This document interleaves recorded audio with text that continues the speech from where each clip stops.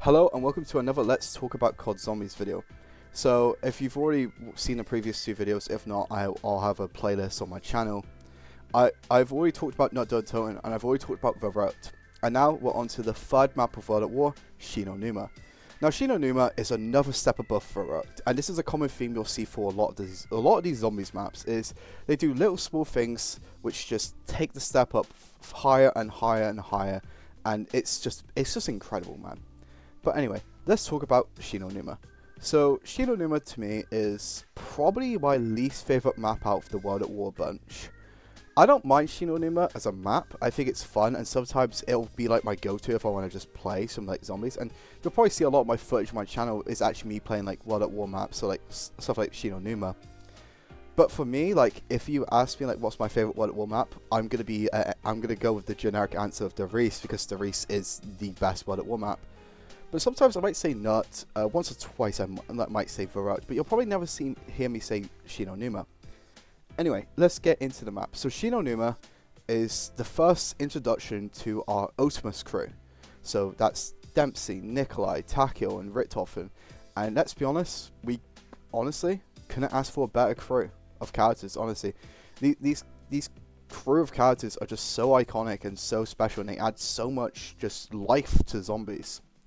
Because that's something I've noticed about like other zombie games. Like for example, Back 4 Blood. Back 4 Blood I think could have done well if the characters and the world was just full of life. But unfortunately it just became another generic zombies game, in my opinion. In my opinion, by the way. I must clarify, it's my opinion on that. And like I say, and the thing is, what sets COD Zombies apart from other zombies games, I'd say the only one it doesn't set it apart is Left 4 Dead 2, because Left 4 Dead 2's characters are very good as well. It's the characters and just the world. Anyway, let's get back into it. So this is where the beginnings of like the storyline was coming along. This is where we found out about the likes of Element 115. Obviously, to begin with, it was a red rock, eventually turned to blue. I'm not complaining. I think that's probably one of the better retcons, I guess. But yeah, Shi No Numa was part of Map Pack 2, and it had some really cool features. This was the first map that we had the introduction of dogs, and dogs are the dogs hellhounds. Hellhounds are an incredible Max Ammo round boss. I still think they're the best, in my opinion. I think the Jumpin' Jacks in Die Rise are pretty good. There's a few other good ones as well. Like the clowns in Spaceland are really fucking cool. Unless you got a phobia of clowns, then I'm sorry. But I think Hellhounds are really cool. And the story for them to actually be a thing is kind of tragic, to be fair.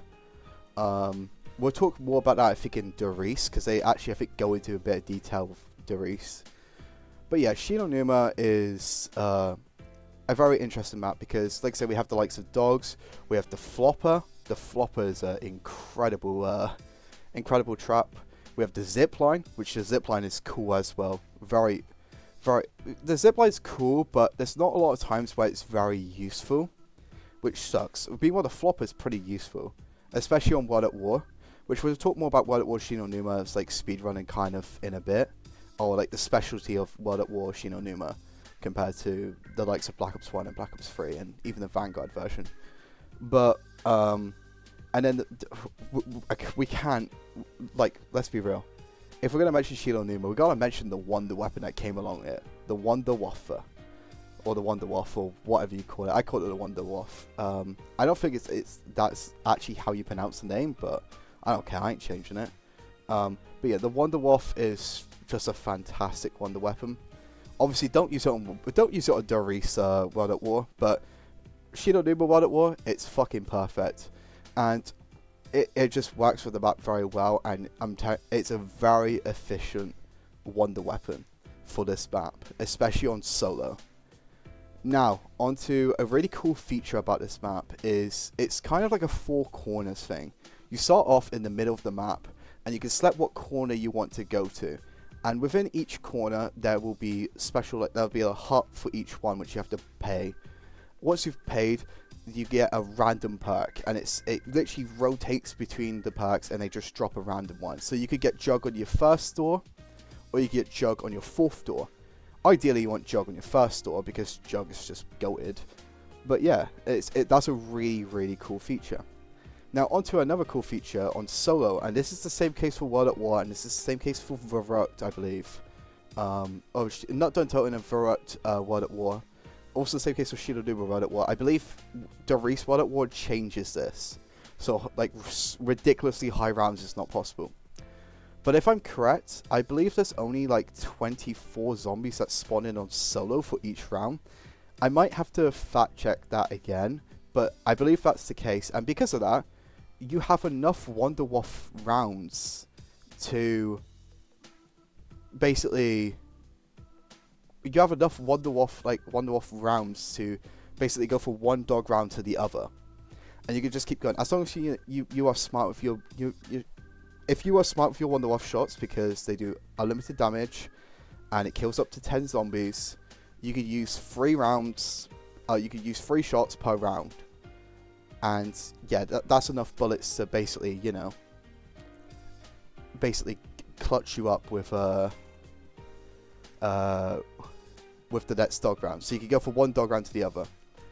Something else about something else about Shi No Numa as well is Peter McCain is actually in the spawn room. He's hanging. He basically parachuted in because I believe he had to do like some sort of spy mission or something, and unfortunately got caught around the rope of his like parachute and died.